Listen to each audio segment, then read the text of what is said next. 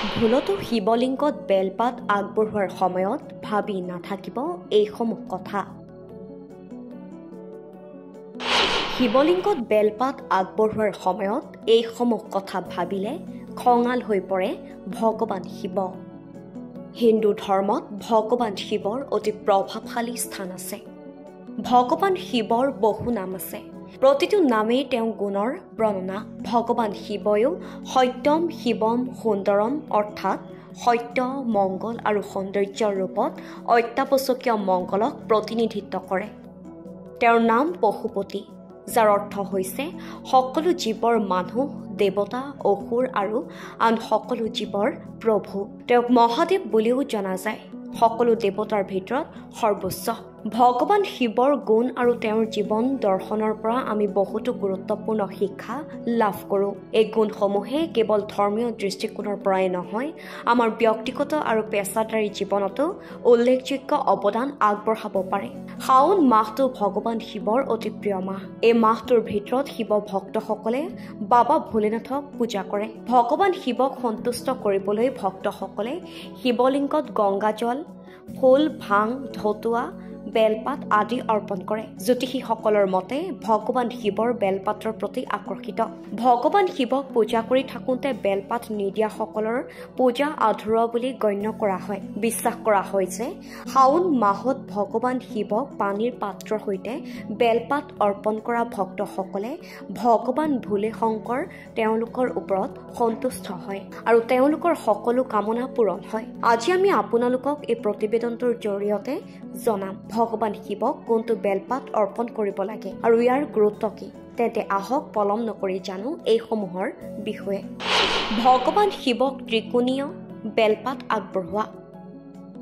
যি বেলপাতৰ 3খন পাত একত্ৰিত হৈ আছে সেই বেলপাত অতি শুভ। একাংশ লোকে 3 পাতৰ বেলপাত ভগৱান শিৱৰ ত্ৰিশূলৰ প্ৰতীক বুলি বিশ্বাস কৰাৰ বিপৰীতে কিছুমানে বিশ্বাস কৰে যে ত্ৰিকোণীয় আকৰ্ষণীয় বেলপাতেই ভগৱান শিৱৰ 3 চকুক প্ৰতিনিধিত্ব কৰে। ধৰ্মীয় বিশ্বাস অনুসৰি ভগৱান শিৱক 3 পাতৰ বেলপাত অৰ্পণ কৰিলে তেওঁৰ শান্তি হয়। সেয়েহে শাওণ মাহত সঁচা অন্তৰেৰে ভগৱান ভোলেক পূজা কৰি বেলপাতৰ লগতে শিৱলিংগত পানী আগবঢ়োৱা ভক্তসকল সদায় ভগৱান ভোলেৰ আশীৰ্বাদ লাভ কৰে। বেলপাত আগবঢ়োৱাৰ সময়ত এইবোৰ কথা মনত ৰাখক।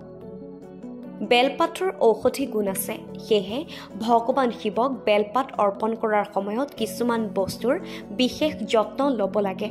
শিৱলিংগক সদায় বেলপাত অৰ্পণ কৰাৰ পিছতহে পানী আগবঢ়াব লাগে। 3টা পাত থকা বেলপাত সদায় আগবঢ়াব লাগে। বেলপাত আগবঢ়োৱাৰ সময়ত বিশেষ সাৱধানতা অৱলম্বন কৰিব লাগে যে ইয়াৰ পাতবোৰ শিৱলিংগত মসৃণ ফালৰ পৰা আগবঢ়াব লাগে। বেলপাত কেতিয়াও ফটা বা কটা অৱস্থাত আগবঢ়াব নালাগে। বেলপাত আগবঢ়োৱাৰ আগতে ধুই ল'ব লাগে। লগতে বেলপাতত যিয়ে ওম নমঃ শিৱায় মন্ত্ৰ লিখি শাওণ মাহত অৰ্পণ কৰে তেওঁ ভগৱান ভোলেৰ বিশেষ আশীৰ্বাদ লাভ কৰে বুলি বিশ্বাস কৰা হয়। বেলপাত কিয় আগবঢ়োৱা হয়? পৌৰাণিক বিশ্বাস অনুসৰি সাগৰৰ মহত্বৰ সময়ত যি পানী ওলাইছিল সেয়া আছিল হলাহল বিষ। এই বিষৰ প্ৰভাৱ ইমানেই প্ৰবল আছিল যে সকলো অসুৰ আৰু দেৱতা জ্বলিবলৈ ধৰিলে। বিষটো ইমানেই বিপদজনক আছিল যে ই সমগ্ৰ বিশ্ব ব্ৰহ্মাণ্ডখন জ্বলাই পেলাব পাৰিলেহেঁতেন। এই বিষৰ ক্ৰোধৰ পৰা নিজকে ৰক্ষা কৰিবলৈ ভগৱান শিৱৰ ওচৰলৈ গৈ তেওঁক অনুৰোধ কৰিবলৈ ধৰিলে সকলোৱে। হে প্ৰভু, ইয়াৰ বাবে কিবা এটা কৰক, নহ'লে সমগ্ৰ জগতখন ধ্বংস হ'ব। ইয়াৰ পিছত বিশ্ব ব্ৰহ্মাণ্ডত ৰক্ষাৰ বাবে সাগৰৰ মহত্বৰ সময়ত ওলোৱা বিষ ভগৱান শিৱই পান কৰিলে। বিষৰ প্ৰভাৱৰ বাবে শিৱশংকৰৰ শৰীৰৰ উষ্ণতা বাঢ়িবলৈ ধৰিলে আৰু ডিঙি নীলা হৈ পৰিল। ভগৱান শিৱৰ উষ্ণতা হ্ৰাস কৰিবলৈ দেৱতাসকলে তেওঁক গংগা জলেৰে অভিষেক কৰিবলৈ আৰম্ভ কৰিলে আৰু তেওঁক বেলপাত সেৱন কৰিবলৈ বাধ্য কৰালে।